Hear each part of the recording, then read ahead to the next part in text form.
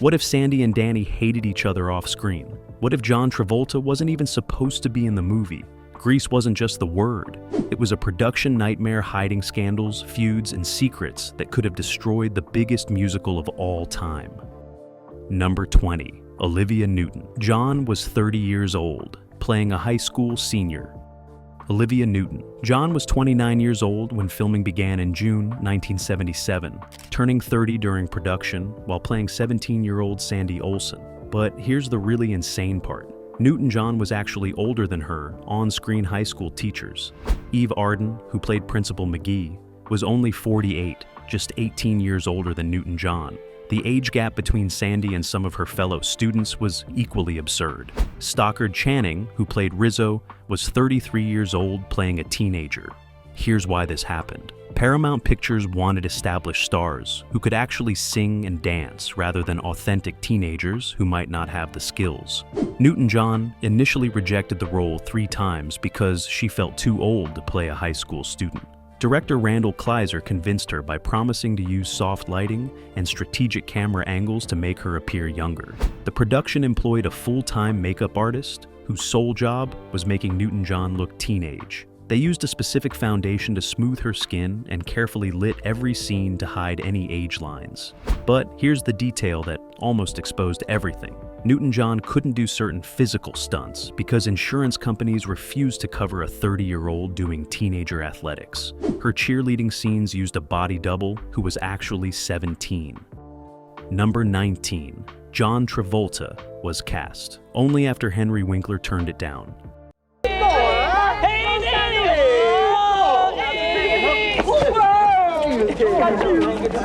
Here's the casting rejection that changed everything. Henry Winkler, who was dominating television as the Fonz on Happy Days, was Paramount's first choice for Danny Zuko.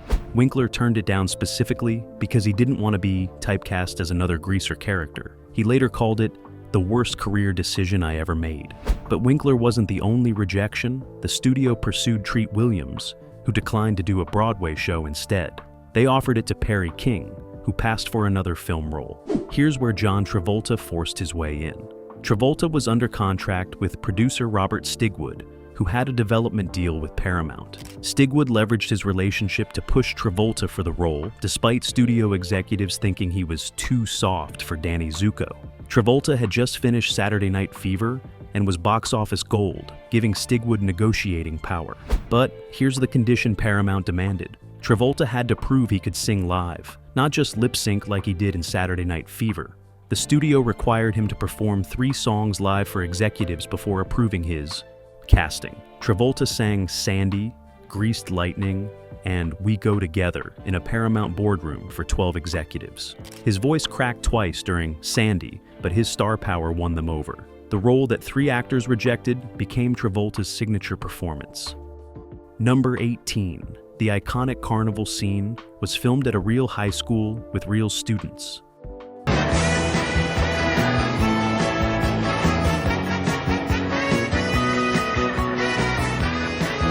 What if the most magical scene in Grease featured real teenagers who had no idea they were in a movie? The carnival finale was filmed at John Marshall High School in Los Angeles during their actual end-of-year carnival in June 1977. Director Randall Kleiser wanted authentic teenage energy that extras couldn't provide, so he convinced the school to let the production film during the real event. Here's how they executed the deception. Cameras were disguised and positioned throughout the carnival grounds. Crew members dressed as carnival workers and chaperoning teachers. John Travolta and Olivia Newton. John performed their scenes while real students enjoyed the carnival around them, most never realizing they were being filmed. Here's the chaos this created. Real students kept approaching Travolta for autographs, interrupting takes. Several students vandalized equipment thinking it was just carnival decoration. The production had to hire extra security disguised as teachers to protect gear. But here's the legal nightmare that followed. Paramount had to track down over 400 students visible in the background to obtain release forms. 73 students or their parents refused to sign, requiring extensive digital removal in post-production that cost $89,000 in 1978 money. 3 families sued for invasion of privacy, settling for undisclosed amounts. The authentic teenage joy visible in the carnival scenes came from real students who were genuinely having fun at their actual school event.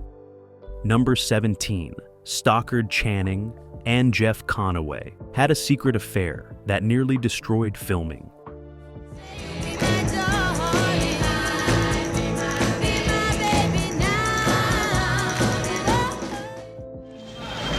Rizzo, I hear you're knocked up. You do, huh? Yeah. Boy, good news really travels fast. Here's the affair that created chaos behind the scenes. Stockard Channing and Jeff Conaway began a secret relationship during the second week of filming, despite Conaway being married at the time. The affair was intense and volatile, with cast members describing screaming fights in trailers followed by passionate reconciliations. Here's why this created production problems. When Rizzo and Kenicki's relationship had conflict in the script, Channing and Conaway's real arguments bled into their performances, making scenes uncomfortably authentic. Director Randall Kleiser later admitted he had no idea if certain emotional moments were acting or genuine fighting. But here's where it got worse. Conaway's wife discovered the affair halfway through filming and showed up on set demanding confrontation. Production shut down for an entire day while Conaway dealt with his imploding marriage. Paramount executives considered firing both actors, but realized too much footage existed to recast. Here's the solution that saved filming. The studio hired a relationship counselor to be on set, specifically to manage Channing and Conaway's drama. This person had no official title and was paid off the books to prevent union complications. The counselor's job was literally mediating between actors so they could complete scenes together. Cast members later revealed the affair made the "there are worse things I could do" scene devastatingly real because Channing was singing about genuine complicated feelings. The relationship ended when filming wrapped, and both refused to do publicity together. Number 16. The greased Lightning car was illegal and couldn't be driven on roads. I drive. Yeah? How about you? Who, me? Yeah. Well, what about duty? What if the most iconic car in the movie was completely illegal? The 1948 Ford Deluxe convertible used as greased Lightning was so heavily modified that it violated California vehicle codes in 17 different ways and couldn't legally be driven on public streets. The modifications made for the film destroyed the car's structural integrity and safety features. Here's the breakdown of violations. The custom paint job used lead-based materials banned by environmental regulations.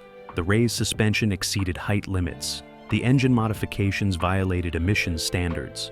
The interior removal eliminated required safety equipment. The production built 3 separate greased Lightning cars, one for close-ups that was pristine but completely non-functional, one for driving scenes that barely ran, and one for the flying finale that was essentially a shell mounted on a crane rig. But here's the problem nobody anticipated. After filming, Paramount wanted to use the cars for promotional tours. The California Highway Patrol impounded the driving car during its first promotional appearance because it failed basic safety inspection.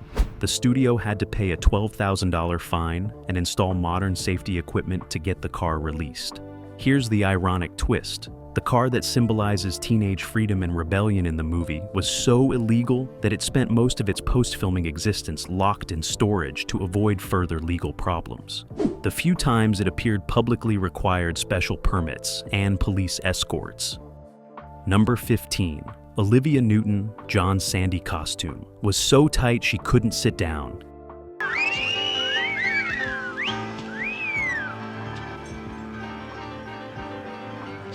Here's the costume secret that caused genuine pain.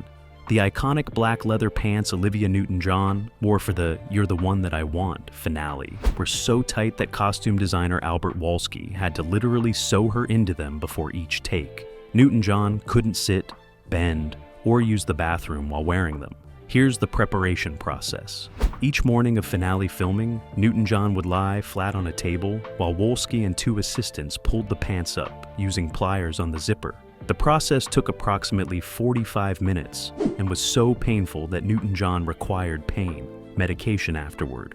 Once in the pants, she remained standing between takes for up to 6 hours. Production had to schedule frequent short breaks because she physically couldn't maintain the position longer. But here's the detail that made it medically dangerous. The pants were so tight they restricted blood circulation to her legs. After the first full day of filming, Newton-John's legs were swollen and discolored. The on-set medic warned that continued wear risked blood clots. Paramount's insurance company mandated that Newton-John could wear the pants for no more than 90 minutes at a time, with mandatory 30-minute breaks for circulation. Here's the solution that made filming possible. The production created a custom standing apparatus that supported Newton-John's weight, without requiring her to use leg muscles, essentially a hidden standing harness. Between takes, she would lean against this support structure while remaining in costume. Newton-John later revealed she still has nerve damage in her legs from those pants. Number 14. The film was almost rated R for the Rizzo pregnancy subplot. Writer. Huh? I skipped a period. You think you're PG? I don't know, big deal. Was it Kaneki? Nah, you don't know the guy. What if Grease had been rated R and banned from family audiences? The Motion Picture Association of America initially rated Grease R due to the Rizzo pregnancy subplot, which they considered inappropriate sexual content for teenagers. This rating would have destroyed the film's box office potential by preventing the teenage audience from seeing it. Here's the battle that followed. Paramount fought the rating for 3 months, arguing the pregnancy scare had a moral message about consequences. The MPAA disagreed, claiming the film glamorized teenage sexuality without sufficient negative consequences, since Rizzo wasn't actually pregnant. Here's the compromise that saved the PG rating. Director Randall Kleiser had to cut 4 specific scenes. A longer conversation where Rizzo explicitly discusses missing her period, a scene where she researches abortion options, dialogue where Kaneki suggests they take care of it, and a scene showing Rizzo at a clinic. These scenes totaled approximately 11 minutes of footage that the MPAA deemed too mature. But here's what Kleiser fought to keep. The "There Are Worse Things I Could Do" song remained, because the MPAA accepted it as emotional expression rather than explicit content. Kleiser also preserved the outdoor conversation, where Rizzo reveals her scare because it occurred after the dance, making it consequential rather than casual. Here's the footage that was lost. The deleted scenes were never included in any home video release and reportedly no longer exist. Paramount destroyed them to ensure the PG rating couldn't be challenged. Number 13. John Travolta insisted on choreographing his own dance moves.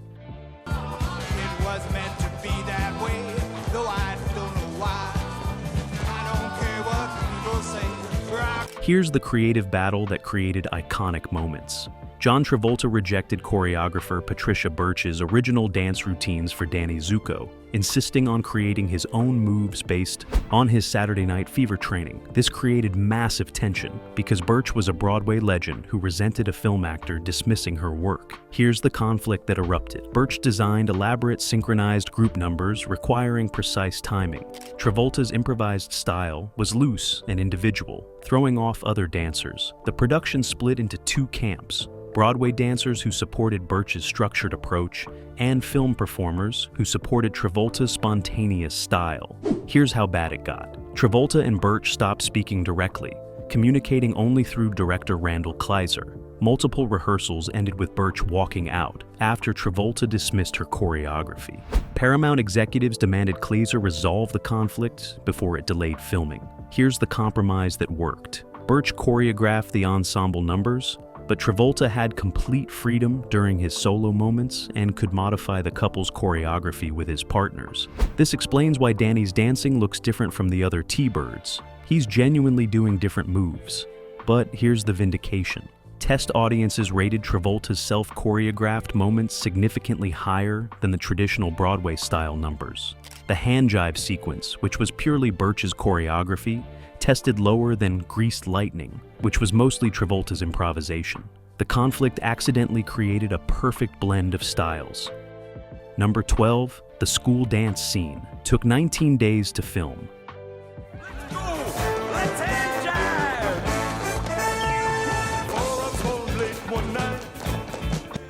We started, we didn't have a rehearsal or What if one scene consumed a quarter of the entire production schedule? The school dance sequence, including the hand jive competition, required 19 consecutive days of filming, making it one of the longest single-scene productions in musical film history. Here's the breakdown of why it took so long. The scene involved 178 dancers, each requiring costume, makeup, and choreography coordination. Patricia Birch's hand jive choreography was so complex that dancers needed 12 full days of rehearsal before filming began. But here's where production became nightmarish. The gym set built on a Paramount soundstage had no air conditioning, and the lights required for filming raised temperatures to over 105 degrees Fahrenheit. Dancers were collapsing from heat exhaustion regularly. The production medic treated 47 cases of dehydration and heat-related illness during the 19-day shoot. Here's the schedule that destroyed everyone. Filming ran from 6 a.m. to midnight daily to capture enough coverage of the complex choreography. Dancers worked 6-hour shifts in rotation because nobody could physically sustain longer. The production went through over 2,000 bottles of water and 300 pounds of ice daily trying to keep people hydrated. But here's the moment that almost shut everything down.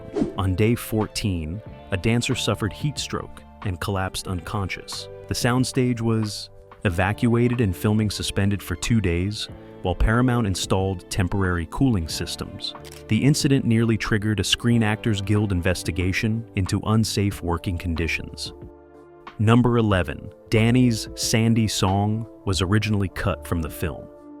Here's the editing decision that almost eliminated one of the film's most iconic moments. Director Randall Kleiser cut the Sandy song from his original edit, believing it slowed down the film's momentum and didn't advance the plot. The version of Grease that first screened for Paramount executives in December 1977 contained no Sandy performance. Here's what changed everything. The studio insisted on test screenings before final editing. 3 separate test audiences in different cities consistently asked in feedback cards, "Where is Danny's solo song?" Viewers expected Danny to have an emotional moment matching Sandy's vulnerability. The absence felt like a missing piece, but here's the problem Kleiser faced. Sandy was filmed but edited out, and reinstating it would require significant rework of the surrounding scenes to make it flow properly. He would need 3 additional weeks of editing time and approximately $70,000 for sound mixing and music recording. Paramount executives were split. Half wanted the song included, half supported Kleiser's faster pace. Here's the test that made the decision. They showed 2 versions to a 4th test audience, one with Sandy and one without. The version including the song tested 23% higher overall, with females rating it 31% higher. The data was overwhelming. Paramount ordered the song reinstated regardless of cost. John Travolta had to return for additional recording sessions to improve the audio quality. The song that director wanted to cut became one of Grease's most beloved moments and a Billboard Hot 100 hit. Number 10. The flying car ending was added because test audiences hated the original finale.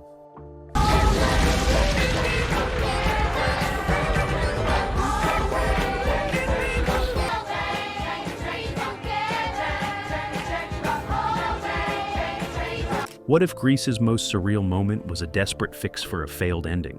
The original finale had Danny and Sandy simply driving away in greased lightning after the carnival, waving goodbye to friends. Test audiences hated it, calling it anticlimactic and boring after the high-energy musical numbers. Paramount executives panicked because they had already spent $6 million and needed a hit. Here's the frantic solution. Director Randall Kleiser proposed the flying car as a fantastical conclusion that would leave audiences with a memorable image. Producer Alan Carr thought it was ridiculous, but had no better ideas. They had 3 weeks before the locked release date and minimal budget for additional effects. Here's how they pulled it off. The production rented a crane and rigged greased lightning to ascend slowly while filming against a sky backdrop. The visual effects team at Modern Film Effects created traveling matte shots to make it appear the car was flying higher. The entire sequence cost $47,000 and was completed in 6 days. But here's the debate that erupted. Half the crew thought the flying car was brilliant surrealism. The other half thought it was nonsensical and ruined the film's reality. Randall Kleiser himself later admitted he wasn't sure if it worked or was too weird. Test audiences loved it, rating the new ending 38% higher than the original. The flying car that was a last-minute desperate addition became Grease's signature image and most debated moment. Film critics still argue whether it's brilliant or absurd. Number 9. Olivia Newton-John hated her own voice and demanded extensive re-recording. You better shape up, 'cause I need a man. And my heart is set on Summer loving had me a blast. summer loving happens so fast. Here's the insecurity that nearly bankrupted the production budget. Olivia Newton. John was so dissatisfied with her recorded vocals that she demanded to re-record virtually every song multiple times, eventually redoing "Hopelessly Devoted to You" 17 times before accepting the final version. The production's music budget tripled from the original estimate because of Newton-John's perfectionism. Here's the specific problem.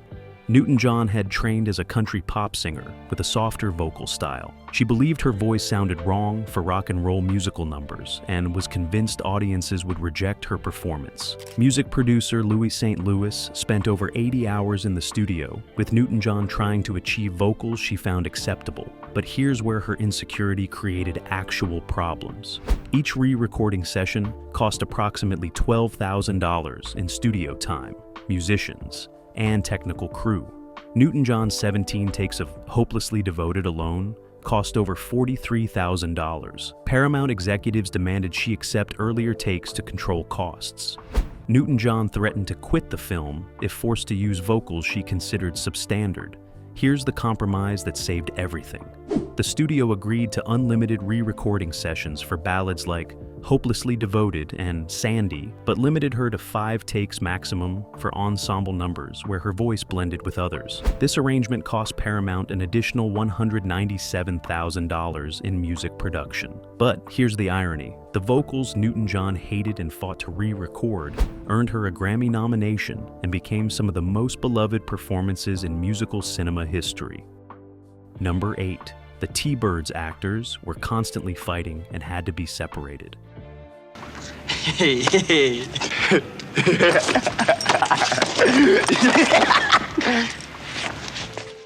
What if the T-Birds brotherhood was completely fake? Jeff Conaway, Barry Pearl, Michael Tucci, and Kelly Ward had such intense personality conflicts that they refused to socialize off camera and frequently got into verbal altercations that nearly became physical. Director Randall Kleiser had to assign separate trailers far apart to prevent confrontations.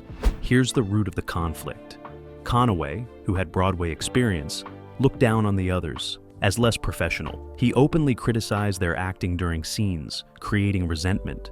Pearl and Tucci formed an alliance against Conaway, deliberately making mistakes during his close-ups to force retakes. Ward stayed neutral, but later revealed the atmosphere was toxic and exhausting. But here's where it got worse. During the Grease Lightning number, Conaway and Pearl had a shoving match between takes over positioning in the choreography. Kleiser had to halt filming while they cooled down in separate locations. The production hired a mediator, but the tension never resolved. Here's the filming technique Kleiser developed. He shot T-Bird's scenes quickly with minimal rehearsal to reduce time they spent together. Group shots were often composites of separately filmed performances edited together. The diner scenes, showing T-Bird's bonding, were among the last filmed because Kleiser needed to build enough footage first in case relationships completely collapsed. Cast members later admitted they didn't speak to each other for years after filming wrapped. The on-screen brotherhood that audiences loved was held together by editing magic and professional obligation, nothing more. Number 7. You're the One That I Want was written in 4 hours to fill. Runtime. I got chills, they're multiplying, and I'm losing control. Here's the rush job that accidentally created a #1 hit.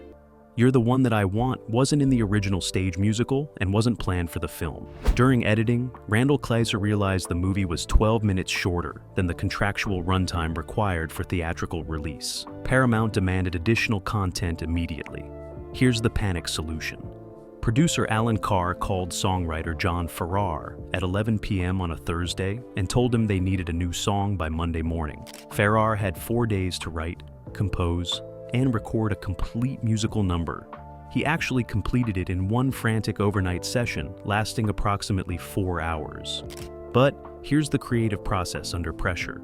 Farrar wrote the lyrics on cocktail napkins in his home studio, while simultaneously composing the melody on his piano. He recorded a demo on a cassette tape and delivered it to Paramount the next morning. Executives loved it immediately and approved production. Here's the rushed filming. John Travolta and Olivia Newton. John learned the song over a weekend.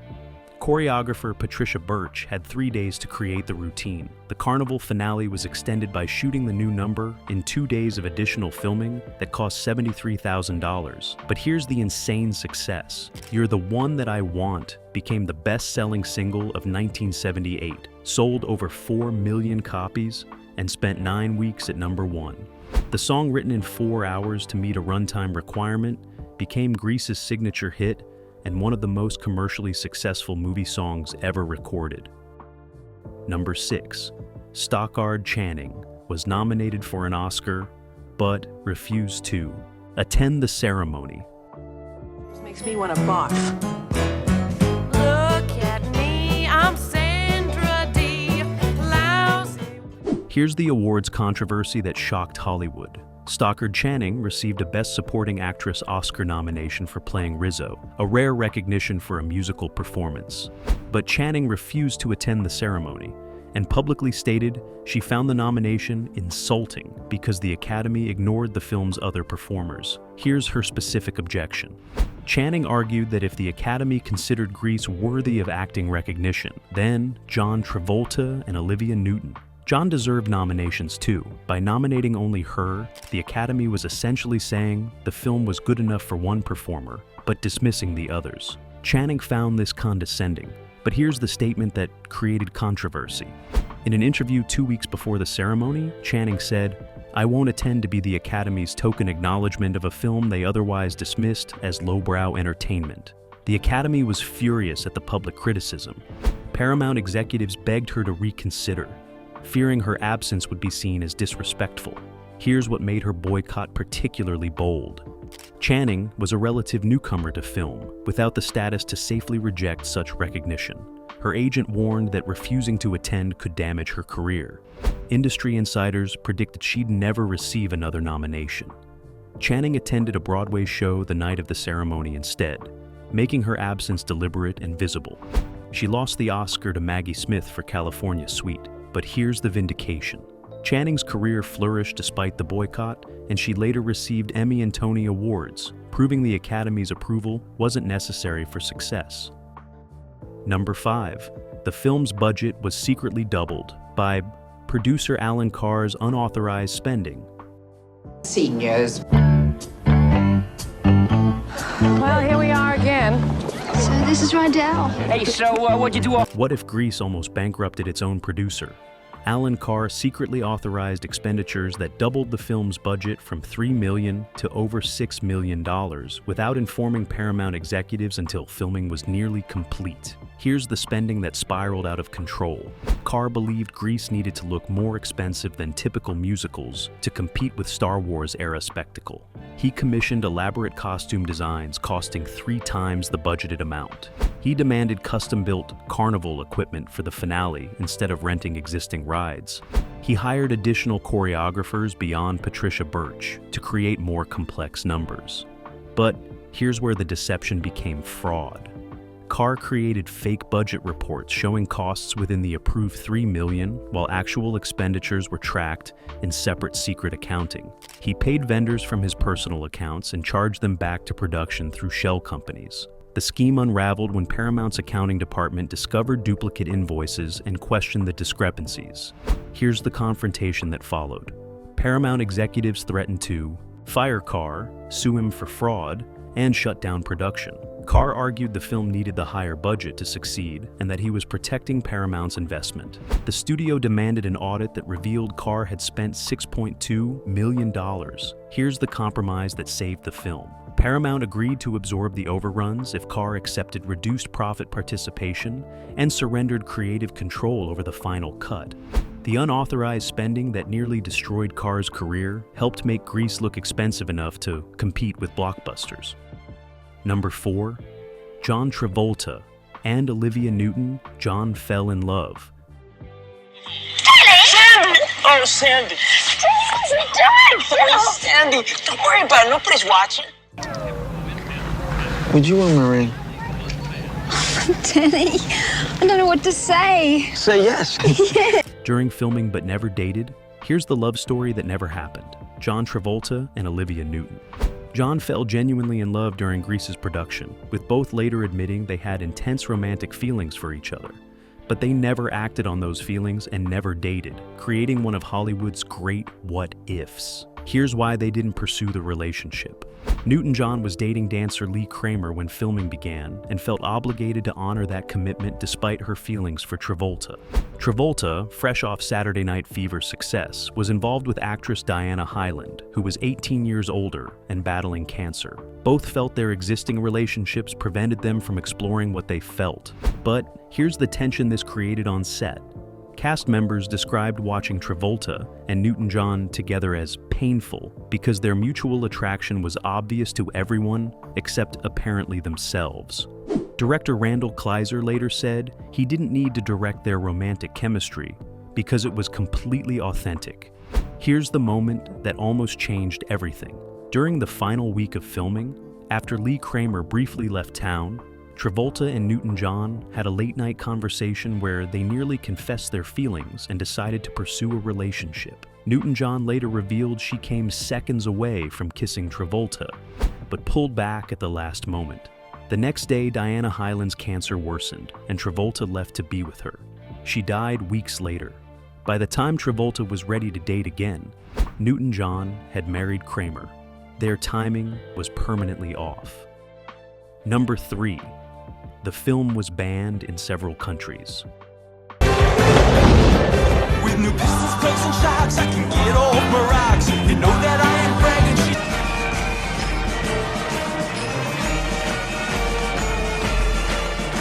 shit. For sexual content. What if Grease was considered pornographic in parts of the world? Ireland, Singapore, and several Middle Eastern countries initially banned Grease from theatrical release due to sexual content they deemed inappropriate for public viewing. The Irish Film Classification Office specifically cited the greased lightning number, with lyrics about chrome-plated rods and visual imagery of car parts as phallic symbols, as violating decency standards.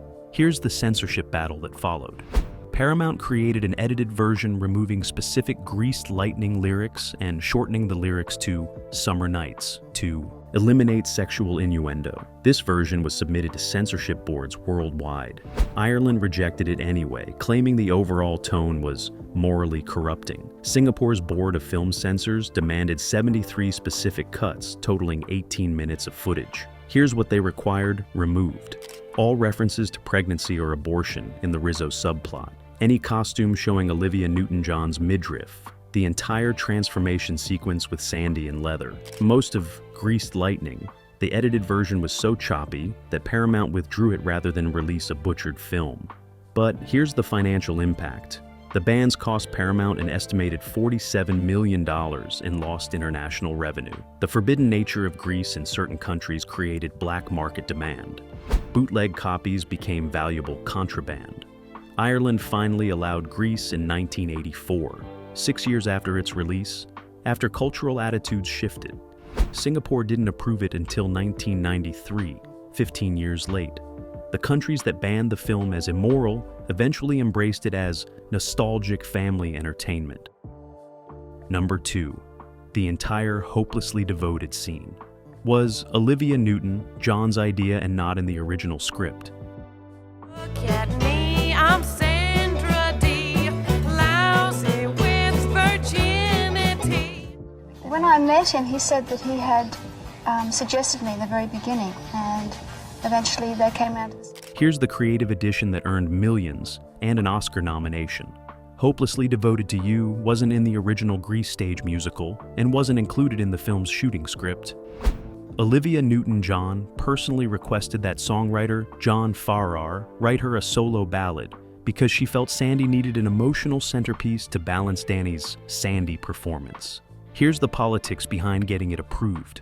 Director Randall Kleiser loved the idea, but Paramount executives rejected it, claiming the film already had enough songs and adding another would increase runtime and budget. Newton-John went over Cleeser's head directly to producer Alan Carr, arguing that her contract included creative input on musical numbers. Carr supported her, but needed Paramount approval. Here's the negotiation that worked. Newton-John agreed to reduced payment for the song in exchange for creative control over its filming and a larger percentage of soundtrack royalties. She essentially bet on the song's success by accepting less upfront money for bigger back-end participation. Paramount approved the addition with a budget cap of $40,000 for filming and recording. But here's the brilliant decision Newton-John made. She insisted the scene be filmed simply, just her alone in a bedroom with minimal production design. This kept costs low and created intimacy that made the performance powerful. The song became a massive hit, reached number 3 on Billboard, and earned an Oscar nomination for Best Original Song. Newton-John's back-end deal from that one song earned her over $2 million. The scene she fought to include became one of Grease's most beloved moments. Number 1. Grease made more money than Star Wars in its original release year.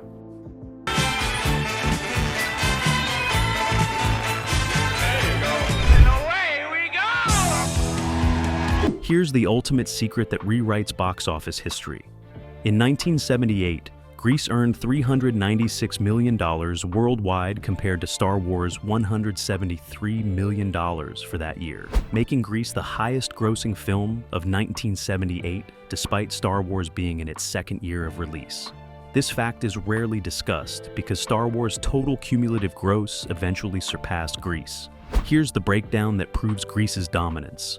The film opened in June 1978 and remained in theaters for over a year due to unprecedented demand. It played continuously in some theaters for 18 months, a record that still stands. The soundtrack sold over 28 million copies, the best-selling soundtrack album in history until Whitney Houston's The Bodyguard 14 years later.